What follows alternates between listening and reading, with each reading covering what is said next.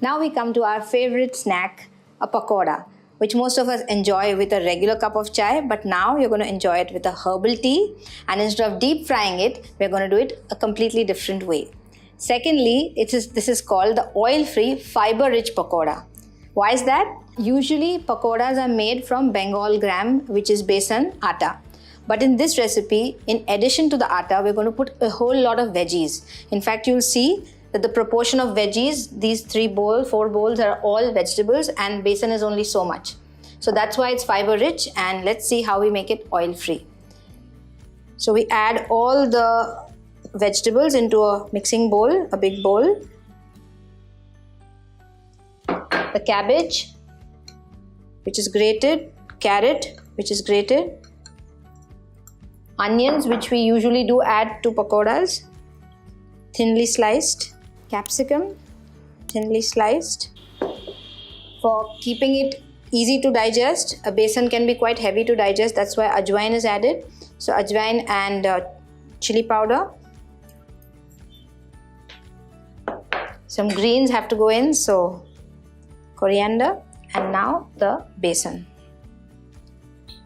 So the trick is to add salt now.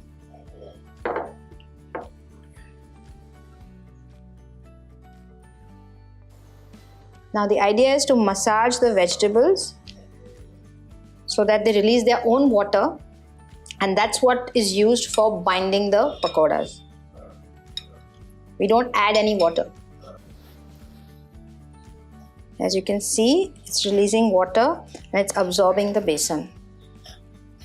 So I'm not going to add any water unless needed. I'm just going to dip my hands in water so it makes it easy for the dough to leave my hands. And you'll find it much easier to deal with the dough. I just dip my hands in water and that's it. So these are now ready. The dough is ready. And now we can make small pakodas. Don't make them very big, because if you make them very big, they'll not cook through. So just keep them small.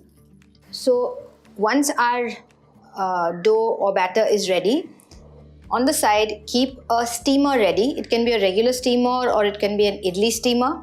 Keep it ready for steaming, and we place all the pakodas first to steam.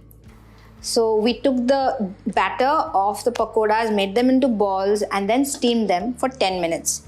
A good way to know whether they are done is to put a toothpick through them, and if it comes out dry, then you know they are ready for the next stage. The next stage is moving them to the oven.